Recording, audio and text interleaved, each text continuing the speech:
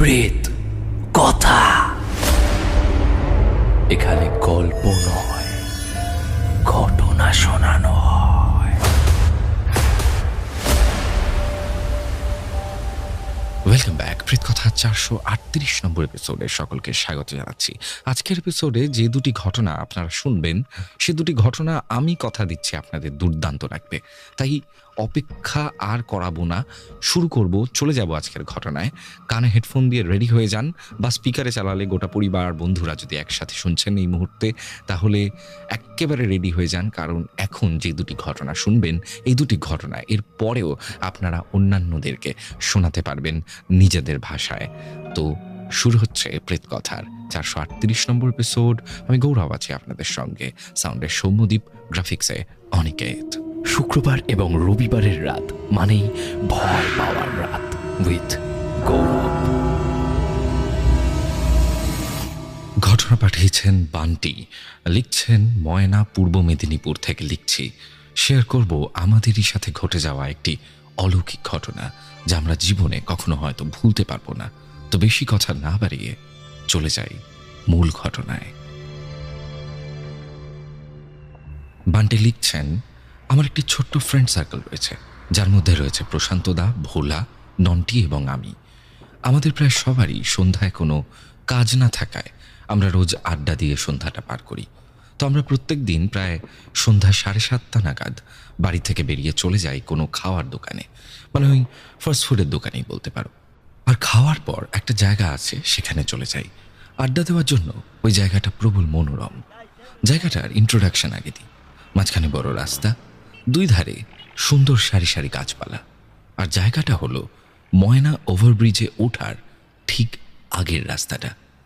আমরা যেখানে গিয়ে বসি সেখানে একটা সিঁড়ি আছে ব্রিজ থেকে নিচে যাওয়ার জন্য। আর সুন্দর সোলার সিস্টেমে চলা স্ট্রিট লাইট এক সার দিয়ে জ্বলতে থাকে, বেশ সুন্দর দেখতে লাগে।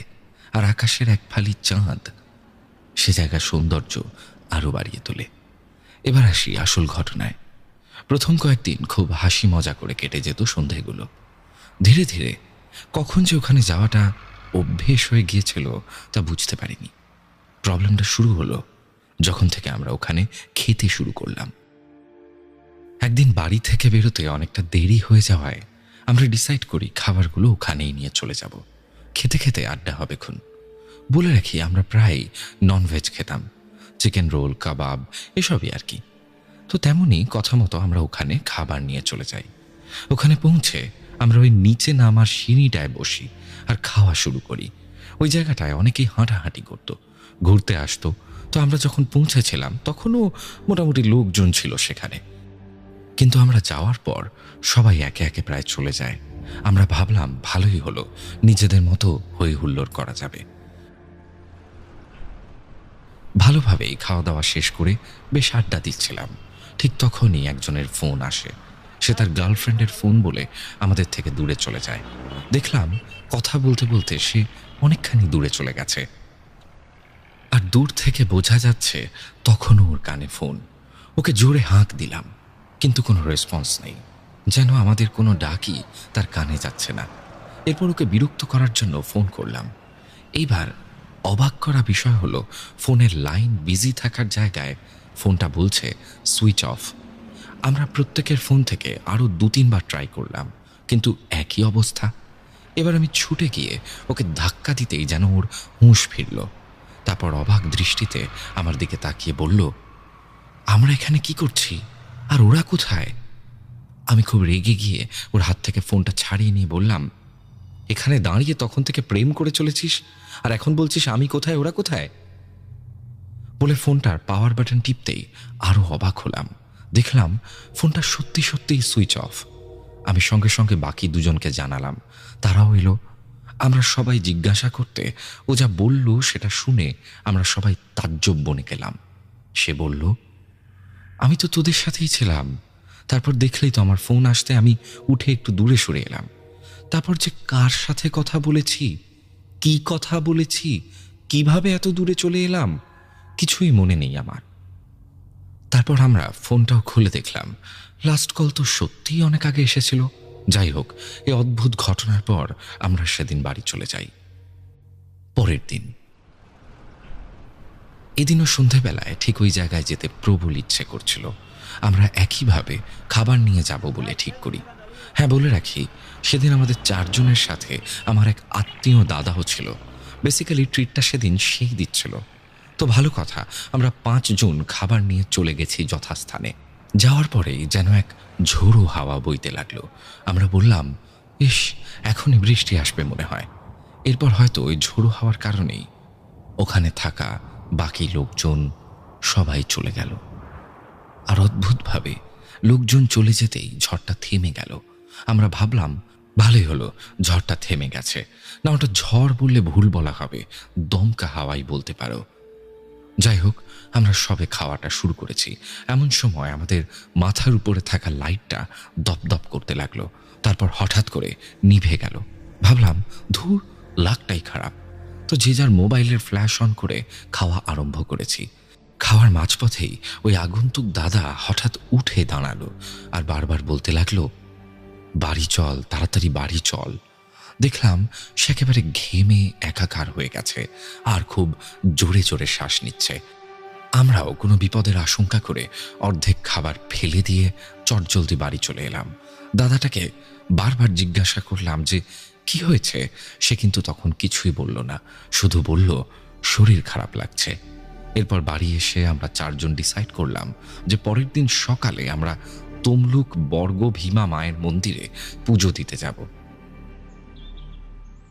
পরের দিন যেমন ভাবা তেমনই কাজ।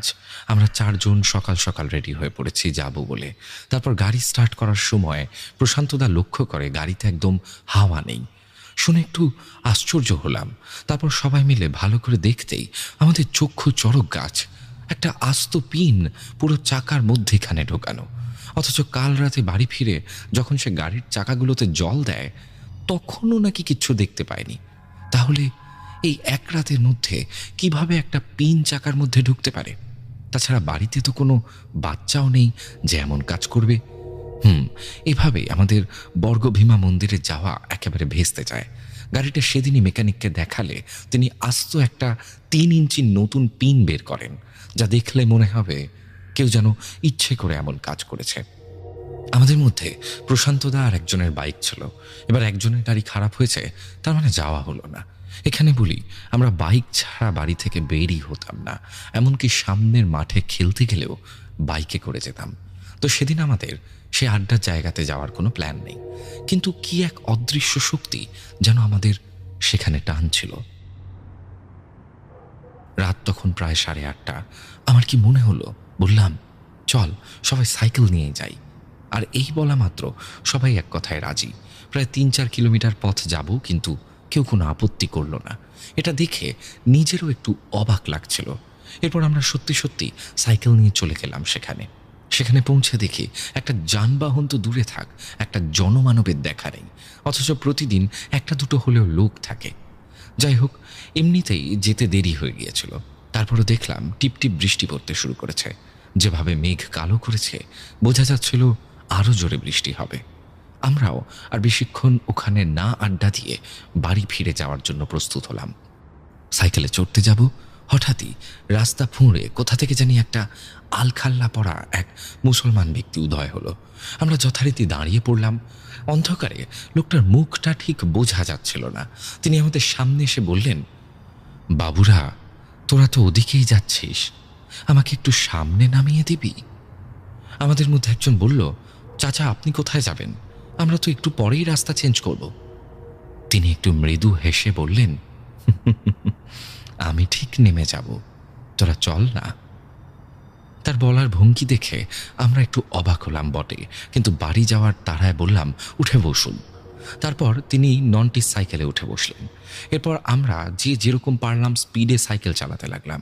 রাস্তার মোড়ে এসে একটু বিশ্রামের জন্য যখন থেমেছি, তখন ননটি সাইকেলের দিকে চোখ পড়তেই দেখি তার সাইকেলে আর কেউ বসে নেই।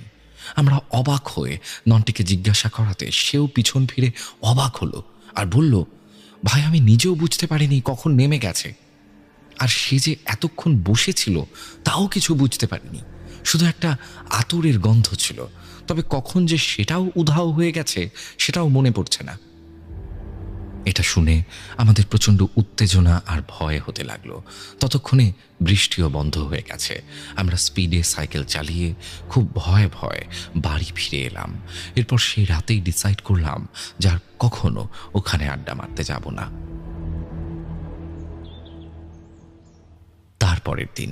পরের দিন সকালে ভোলা তার কাজের জন্য খড়গপুর চলে গেল, আর নন্টি কলকাতা চলে গেল কলেজের কোনো দরকারে।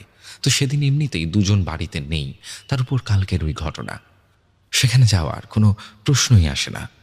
ওই দিন সন্ধ্যাবেলায় আমরা বাকি দুজন, অর্থাৎ আমি আর প্রশান্তদা, বাজারে ওই সন্ধ্যাবেলা টিফিন করতে গেলাম। হ্যাঁ, সেদিন খাওয়ার ব্যাঘাত ঘটার পর আমরা আর ওখানে গিয়ে খাইনি। যাই হোক, প্রথম থেকেই ওখানে না যাওয়ার সিদ্ধান্ত নিয়ে রেখেছিলাম, কিন্তু আমি আর প্রশান্তদা টিফিন করার পর কি এক অদৃশ্য টান অনুভব করছিলাম যে আমরা ওখানে না গিয়ে থাকতে পারলাম না। দুজন হলেও চলে গেলাম ওই জায়গায়। কিন্তু সেদিনের সিনারিওটা একটু আলাদা ছিল।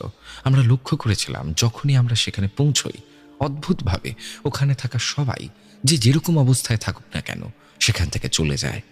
সেদিনও সেরকম হয়েছিল বটে, কিন্তু শুধুমাত্র আমরা যে জায়গাটায় বসি সেখানে দেখলাম অন্য 4টে ছেলে বসে আড্ডা মারছে। সামনে 2টো বাইক দাঁড় করানো আছে। তারা ওই জায়গাটায় 4 জন মিলে একটু আড়াল করে ঘিরে বসেছিল। খুব সম্ভবত ড্রিঙ্ক করছিল তারা। তো আমরা একটু দূরে গিয়ে অপোজিট সাইডে বসেছি। তারপর দুজন কিছুক্ষণ গল্প করলাম। হঠাৎ কি মনে হতে পিছন ফিরে দেখলাম সেখানে আর কেউ নেই। দুজনেই বেশ অবাক হলাম। আমি বললাম, দাদা, কোনো গাড়ি স্টার্টের আওয়াজ হলো না, কোনো হট্টগোল হলো না, ওরা কি কর্পূরের মতো উবে গেল? আর লক্ষ্য করলাম সেদিন ওই মাথার উপরের লাইটটা বন্ধ। কৌতূহলবশত সেখানে গিয়ে দেখলাম সেখানে না আছে কোনো অ্যালকোহলের বোতল, না আছে কোনো খাবারের প্যাকেট, আর না আছে কোনো খাবারের দাগ। যেন মনে হচ্ছে কেউ সুন্দর করে জায়গাটা পরিষ্কার করে দিয়ে গেছে। খুবই অবাক হয়ে এদিক ওদিক তাকালাম। দেখলাম একেবারে শূন্য রাস্তা ধুধু করছে। মনে মনে আমাদের অজানা বিপদের আশঙ্কা হলো। তাই আমরা দেরি না করে তাড়াতাড়ি বাড়ি ফিরে এলাম। পরের দিন এবং শেষ দিন আবার 4 জন একত্রিত হয়েছি। বাকি 2 জনকে কালকের ঘটনা বলায় তারা খুবই অবাক হলো, আর আমরা পুরোপুরি সিদ্ধান্ত নিলাম যে ওখানে আর আড্ডা দিতে যাব না। কিন্তু সন্ধ্যা হতেই আবার সেই প্রবল ইচ্ছে বাকি 2 জনকে প্রচণ্ডভাবে গ্রাস করল। আমরা বারবার না বলার পরেও তারা কোনো মতে আমাদের সাথে একমত হলো না। এমন এক পর্যায়ে এলো যে বন্ধুত্ব ভাঙার কথা অবধি উঠে এলো। আমি অবাক হলাম এই ভেবে, কালকের ঘটনা শোনার পরেও তারা কি করে এত আগ্রহ দেখাচ্ছে। যাই হোক, বাধ্য হয়ে আমাদের সবাইকে সেই স্থানে যেতেই হলো। আড্ডা দিচ্ছিলাম, দেখলাম আকাশে বেশ মেঘ করেছে। যাই হোক, হঠাৎই শুনি ফাঁকা রাস্তায় একটা প্রবল হর্নের আওয়াজ। সবাই একসাথে ঘুরে রাস্তার দিকে তাকিয়ে দেখলাম ওভারব্রিজ থেকে 2টো অ্যাম্বুলেন্স দ্রুত গতিবেগে এদিকেই আসছে। চোখের পলক ফেলতে না ফেলতেই অ্যাম্বুলেন্স 2টো আমাদের সামনে আসতেই দেখলাম গাড়িগুলোর ভেতরে 4টি মৃতদেহ চাদর দিয়ে ঢাকা। নিমেষের মধ্যে গাড়িগুলো যেন হাওয়ায় মিলিয়ে গেল। এমন একটা ঘটনায় আমরা প্রত্যেকে স্তম্ভিত হয়ে গেছি। আমাদের গায়ের লোম খাড়া হয়ে গেছে। সেই রেশ কাটতে না কাটতেই সামনের দিকে তাকিয়ে আমরা যা দেখলাম তার জন্য আমরা একটুও প্রস্তুত ছিলাম না। দেখলাম সামনের দিকে একটা মোটামুটি লম্বা গাছে ঝুলছে একটা আস্ত দেহ। তা দেখে আমাদের বুকের রক্ত জল হয়ে গেল, শিরদানা দিয়ে ঠান্ডা স্রোত বয়ে গেল। চোখের দৃষ্টি আবছা হয়ে আসছে, যেন শরীরের সমস্ত শক্তি চলে গেছে। হঠাৎ নিস্তব্ধতা ভেদ করে একটা অচেনা কণ্ঠ বলে উঠল, কি দেখছো অমন করে? আঙুল দিয়ে দেখাতে যাব, কিন্তু সেখানে আর কিছুই দেখতে পেলাম না। ফিরে তাকাতেই দেখলাম সে আগের দিনের চাচা, যাকে আমরা সাইকেলে লিফট দিয়েছিলাম। আমরা কিছু বলার আগেই তিনি তার গম্ভীর গলায় বলতে শুরু করলেন, কিছু বছর আগে তোদেরই মতো 4 জনের একটা গ্রুপ ছিল। যুবক বয়স, মদ খাওয়া, সারা রাত বাইকে ঘোরা, এইসব করেই তাদের দিন কাটতো। রাত জাগা পাখি বলা যেতে পারে তাদের। তো এমনই একদিন তারা এখানে বসে মদ খেয়ে বেরিয়ে পড়ল রাতের অন্ধকারে গাড়ি নিয়ে। আর তারপর যা হলো, ওভার স্পিডিংয়ের কারণে 2টো গাড়ি হাইওয়েতে গিয়ে ধাক্কা মারল এক ট্রাকে। তারপর সঙ্গে সঙ্গে ছিটকে পড়ল তাদের দেহ, রক্তে একাকার হয়ে গেল রাস্তাটা। স্থানীয় লোকজন তুলে তাদেরকে হাসপাতালে নিয়ে গেল এবং তাদের সবাইকে মৃত ঘোষণা করা হলো। আর এইভাবেই শেষ হলো 4টে রাত জাগা পাখির গল্প। আমরা কৌতূহলবশত বলে উঠলাম, আপনি কে হন এদের? সে প্রশ্ন তিনি ইগনোর করে বলেন, এতদিন তোমাদের সাথে যা হয়েছে তা ওদের কারণে, আর তোমরা কখনো এভাবে এসো না। এই বলে লোকটা হাঁটতে হাঁটতে হাওয়ায় মিলিয়ে গেল। লোকটাকে দেখতে যদি বলি, একদম কালো ছিপছিপে শরীর, সাদা আলখাল্লা পরা, মুখ ভর্তি দাড়ি, দেখে মনে হচ্ছিল একজন খুবই ধার্মিক মুসলমান। এরপর আমরা আর কোনোদিনও ওখানে আড্ডা মারতে যাইনি। তারপরের দিন আমরা সে আগন্তুক দাদাকে এসব ঘটনা বলায় সে যা বলল তা আমাদের মধ্যে এক বিভৎস শিহরণের সৃষ্টি করেছিল। সে বলল, সেদিন বাড়ি আসার পরই তাঁর শরীর খারাপ হয়। তারপর দিন থেকেই প্রবল জ্বর হয়েছিল। অনেকবার ডাক্তার দেখাতেও তা ঠিক হয়নি। পুরো 3 দিন প্রবল জ্বর থাকায় সে আমাদের কিছু বলতে পারেনি। আমাদের লাস্ট দিনের ঘটনার পরের দিন সকালে হঠাৎই তার শরীর একেবারে ঠিক হয়ে যায় এবং সে ফোন করে আমাদের সব জানায়। সে জানায় যে ওই দিন সে এক গাছের আড়ালে একটা ভয়ানক অবয়ব দেখতে পায়। অবয়বটা তার দিকে তীক্ষ্ণ দৃষ্টিতে তাকিয়েছিল। ওটা দেখে সে খুবই ভয় পেয়ে যায় এবং আমাদের বাড়ি আসার জন্য রিকোয়েস্ট করে। এই কথা শুনে আমাদের শিরদাঁড়া শিরশির করতে থাকে। তো এই ছিল গৌরবদা আমাদের সাথে ঘটে যাওয়া অলৌকিক ঘটনা। এরপরে একদিন আমরা স্থানীয় দোকানে খাচ্ছিলাম। সেখানে একটা আলোচনায় শুনলাম, কিছু বছর আগে ওই 4 জন মুসলমান ছেলে ওখানে অ্যাক্সিডেন্ট করে মারা গিয়েছিল। আর তারই মধ্যে একজনের বাবা প্রচণ্ড শকে গলায় ফাঁস লাগিয়ে আত্মহত্যা করে মারা যান। তাহলে কি উনিই ছিলেন যিনি ওই দিন রাতে আমাদের সাইকেলে চড়েছিলেন আর আমাদের ওই 4টি ছেলের মৃত্যুর ঘটনা শুনিয়েছিলেন? এই রহস্য আমাদের কাছে আজও অজানা। আশা করি তোমরা ঘটনাটা শুনবে, ভালো লাগবে, আর তোমাকে তোমার নতুন জীবনের জন্য অনেক শুভকামনা রইল। শুক্রবার এবং রবিবারের রাত মানেই ভয় পাওয়ার রাত উইথ গৌরব। অসাধারণ ঘটনা বান্টি, দারুণ লাগলো আমার এই ঘটনাটি। আমার মনে হয় যে বাইক খারাপ হয়ে যাওয়া বা বাইক নিয়ে না বেরোতে পারা, এগুলি সবই এক ধরনের সাবধান বাণী ছিল। সেই জিন বলুন বা অতৃপ্ত আত্মা বলুন, যারই বলুন, তিনি সাবধান করছিলেন যে বাইক নিয়ে তোমরা ইনটক্সিকেটেড হয়ে বেরিও না। এবং এই ঘটনার মধ্যে কিন্তু একটি দুর্দান্ত মেসেজও আছে। সেই মেসেজটি হলো, প্লিজ কখনো আপনারা যারা, বিশেষ করে আমার প্রেত কথার সদস্য, প্রেত কথা পরিবারের সদস্য, যারা প্রেত কথা দীর্ঘদিন ধরে শুনছেন, আমরা সবাই একে অপরের ভালো চাই। তাই জন্য এইটা সবসময় মাথায় রাখবেন, প্লিজ অ্যাটলিস্ট আপনারা কখনো মদ্যপ অবস্থায় গাড়ি বা বাইক চালাবেন না।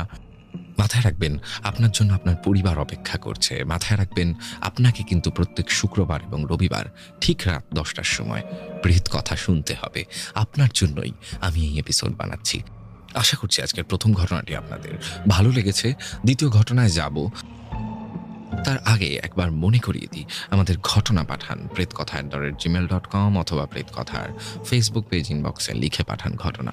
সমস্ত লিঙ্ক দেওয়া রয়েছে ডেসক্রিপশন সেকশনে, সেখান থেকে খুঁজে পাওয়া খুবই সহজ। চলে যাচ্ছে আজকের আমাদের পরবর্তী ঘটনায়। শুক্রবার এবং রবিবারের রাত মানেই ভয় পাওয়ার রাত উইথ গৌরব। ঘটনা পাঠিয়েছেন ঈশিতা, যেভাবে লিখে পাঠাচ্ছেন সেভাবেই পড়ে শোনাচ্ছি। আপনাদের এমন মনে হয়েছে কখনো অন্ধকারের আড়াল থেকে কারোর তীব্র দৃষ্টি তীরের মতো এসে মেরুদণ্ডে বাঁধছে? কখনো কারো বরফের মতো শীতল হাত দিয়ে কেউ আপনার গলা চেপে ধরেছে? নমস্কার গৌরবদা এবং সকল প্রেত কথার সদস্যরা। আমি ঈশিতা, বর্তমানে কল্যাণীতে বসবাস করি, একাদশ শ্রেণীর ছাত্রী। আমি জানি না আমার সাথে ঘটে যাওয়া এই ঘটনাটি অলৌকিক বা ভৌতিক কিনা, তবে স্বাভাবিক নয় এইটুকু নিশ্চিত, যেটার মধ্যে হয়তো আমি আজও আটকে আছি। এই সব কিছু শুরু হয় আমার ছোটবেলা থেকে। ঘটনা বোঝার সুবিধার্থে আমার সম্পর্কে কিছু কথা বলে রাখি। আমরা ছোটবেলা থেকে অনেক জায়গা পরিবর্তন করেছি, যদিও অনেক দূর দূরে সেটা নয়, তবে 2-4 বছর অন্তর অন্তর নতুন জায়গায় ভাড়া যেতাম। এই কারণের জন্য আমার মা বাবা ঠিক করে আমাকে দিদুনের কাছে রাখবে। মা তার মধ্যে আমার সাথে কিছুদিন থাকতো, তারপর আবার বাবার কাছে চলে যেত। এমন করে তাও মোটামুটি ভালোই চলছিল। এই জন্য অনেক ছোট থেকেই আমি একা, বেশি রাত জাগার অভ্যেস। এবার ঘটনায় আসি। তখন আমি একটু ছোট, আর আমার দিদুনের বাড়ি মফস্বল এলাকায়। সেখানে কালী পুজো বেশ বড় করে হয়ে থাকে। তো সেই বছরও প্রত্যেক বছরের মতো আমাদের পাড়াতে পুজো হচ্ছে। আমাদের পাড়া সহ আমাদের লাগোয়া পাড়ার সবাই প্রতিমা দর্শন অথবা পাড়ার মণ্ডপে ব্যস্ত। কিন্তু সেদিন আমি কিছু ব্যক্তিগত কারণে বাইরে যাইনি। রাত তখন ৮টা। আমি ঘর অন্ধকার করে একা বসে নিজের মতন সময় কাটাচ্ছি। হঠাৎ তখন কে যেন ডেকে ওঠে, ঈশিতা, ও ঈশিতা। আমি এটা শুনে অবাক হয়ে যাই, কারণ এখন তো বাড়িতে কারোর থাকার কথা নয়। তখন আবার একই ডাক। এবার গলাটা আমার দিদুনের মতন লাগলো। আমি কিছুক্ষণ চুপ থাকার পর বললাম, কে? দিদুন? কোনো সারা শব্দ নেই। আমি মনের ভুল ভেবে আবার নিজের মতন বসে আছি। কিছুক্ষণ পর মনে হলো কে যেন বেড়ার ফাঁক দিয়ে উকি দিচ্ছে। আমার দিদুনের বাড়ি তখন চারিদিক বেড়ার আর উপরে টালি দেওয়া। যাই হোক, তখন আমি ছোট ঠিকই, কিন্তু তা বলে ভূতে ভয় ছিল না, কিন্তু বিশ্বাস করতাম যে কিছু একটা আছে। আমি এসব ঘটনা তখনও অবধি ভুতুরে বলে মনে করিনি, কিন্তু যেই নজরটা ছিল সেটা এখনো মনে পড়লে গায়ে কাঁটা দেয়। আমি তখন যেই দিক থেকে উকি দিচ্ছে সেদিকে তাকিয়ে থাকতে থাকতে কেমন একটা ঘোরের মধ্যে চলে গিয়েছিলাম। হঠাৎ দরজায় কড়া নাড়ার শব্দ শুনে আমি ঘোর থেকে বেরিয়ে বললাম, কে? আর কোনো আওয়াজ নেই। আমি সঙ্গে সঙ্গে দরজাটা খুললাম। দেখি আমার মাও সেই সময় দরজায় কড়া নাড়াতে গেছিল। আমি দরজা খোলাতে মা ভারসাম্য হারিয়ে পড়ে যাচ্ছিল। তারপর মা এসে আমাকে অনেক বকা দেয়। আমি যাইনি কেন, এতক্ষণ কেন একা ছিলাম। এইসবের পর আমি মাকে জিজ্ঞাসা করি, মা, তুমি কি একটু আগে দরজায় কড়া নাড়ছিলে বা ডেকেছ আমাকে? মা বলল, কই না তো, আর আমি যখন আসলাম কেউ তো ছিল না। আমি মাকে সব বললাম। মা সেই দিন আর কোথাও গেল না, আমার সাথেই থেকে গেল। এমন করে বেশ কিছু দিন কেটে যায়। মা তখন বাবার কাছে গেছিল। একদিন দিনের বেলায় দিদুন কোথায় একটা ছিল। হঠাৎ দেখি দিদুন আমাকে ডাকছে, মনা, এ মনা। আমার কি মনে হলো জানি না, ডাকটা দুবার শোনার পর আমি উত্তর দিলাম, কে? কিন্তু কোনো সারা শব্দ নেই।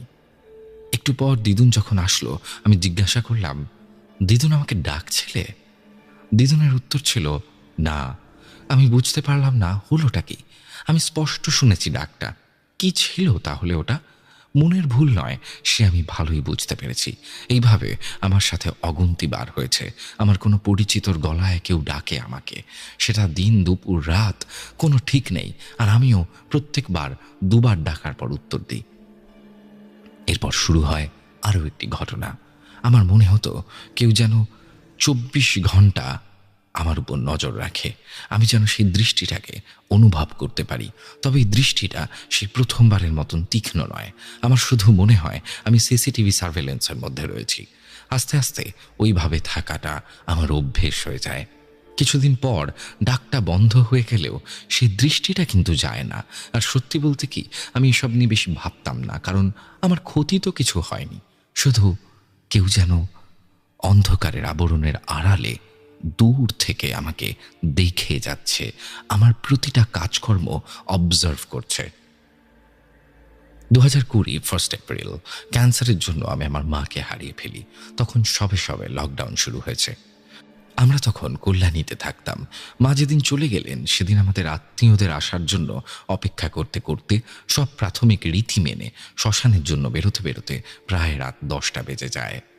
হালি শহর শ্মশান, জায়গাটা বেশ সুন্দর।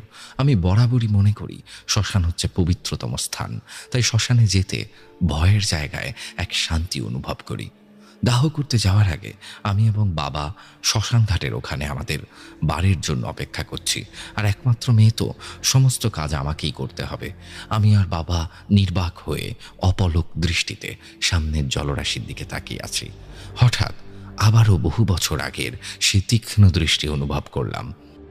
এক একেতেই এমন অবস্থা, তার উপর সেই পুরনো অনুভূতি আমাকে যেন জড় পদার্থ বানিয়ে দিয়েছে। সেই ঠান্ডা হাওয়ার মধ্যেও আমার শরীর দিয়ে টপ টপ করে ঘাম পড়ছে। আমি সেই জড়ো হয়ে থাকা অবস্থায় বাবাকে জিজ্ঞাসা করলাম, বাবা, বাবা, আমার পিছনে কে আছে? বাবা আমার কথা শুনে পিছন ফিরে দেখে কেউ নেই, পুরো ফাঁকা। আমি সাহস করে পিছনে ফিরে দেখি আসলেই কেউ নেই, কিন্তু আমার চোখ যায় উঁচু ল্যাম্পপোস্টের দিকে। আমি দেখতে না পেলেও সম্পূর্ণ অনুভব করছি কোনো অমানবিক আকৃতি সে ল্যাম্পপোস্টের উপরে বসে আমার দিকে যেন পেরেকের ন্যায় তীক্ষ্ণ দৃষ্টিতে তাকিয়ে আছে। আমি কিছু বলবো বা করতে যাব, সেই সময় আমাকে ডাকা হয় দাহ কাজ শুরু করবার জন্য। সে রাতে বাড়ি ফিরতে ফিরতে 4টে বেজে যায়। বাড়ি এসে সকল আত্মীয়দের বিদায় দিয়ে আমি আর বাবা শোকাহত মনে শুতে যাই।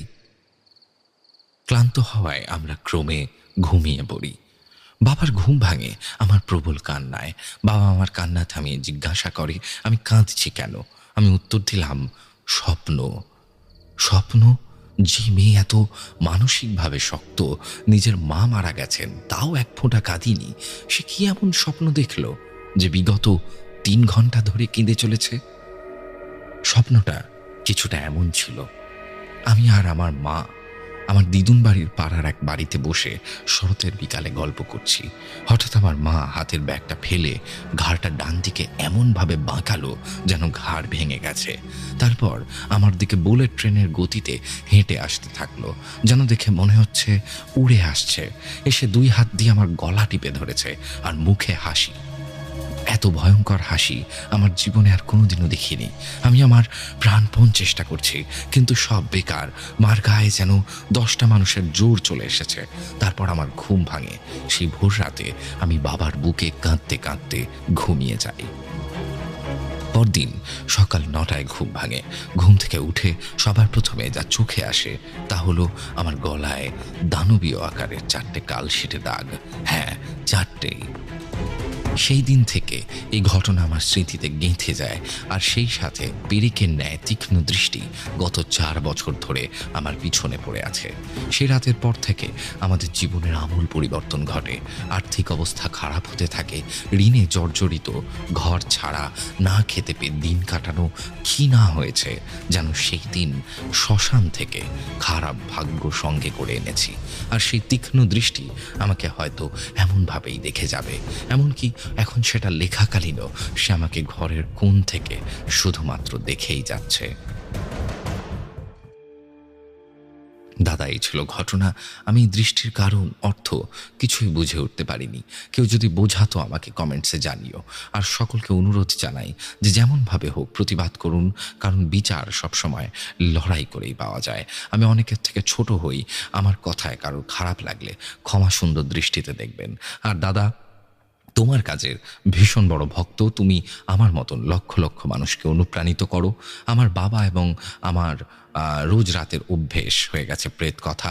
আর লেখা বা শব্দ চয়নে কোনো ভুল ভ্রান্তি থাকলে নিজের মতো গুছিয়ে নিও। যদি ঘটনাটি সিলেক্ট হয় তাহলে এপিসোড নাম্বার সহ জানানোর অনুরোধ রইল। এই ঘটনাটি সিলেক্ট হলে আমার এবং বাবার কাছে এমন অনেক গ্রাম বাংলার ঘটনা আছে যা পাঠাবো। জানি না ঘটনাটি প্রেত কথার যোগ্য কিনা, তবে সাহস করে প্রথমবার কোনো ঘটনা পাঠালাম। সকল প্রেত কথা পরিবার এবং গৌরবদা, প্রিয়াঙ্কাদি ভালো থাকবেন। এই ছিল ঘটনা। শুক্রবার এবং রবিবারের রাত মানেই ভয় পাওয়ার রাত উইথ গৌরব। অসাধারণ একটি ঘটনা আমরা শুনলাম ঈশিতার কাছ থেকে, কিন্তু আমি জানি না ঈশিতার পিছনে কি এমন এন্টিটি পড়ে রয়েছে যেটার জন্য ঈশিতার প্রত্যেক মুহূর্তে মনে হয় যে তার দিকে কেউ তাকিয়ে আছে।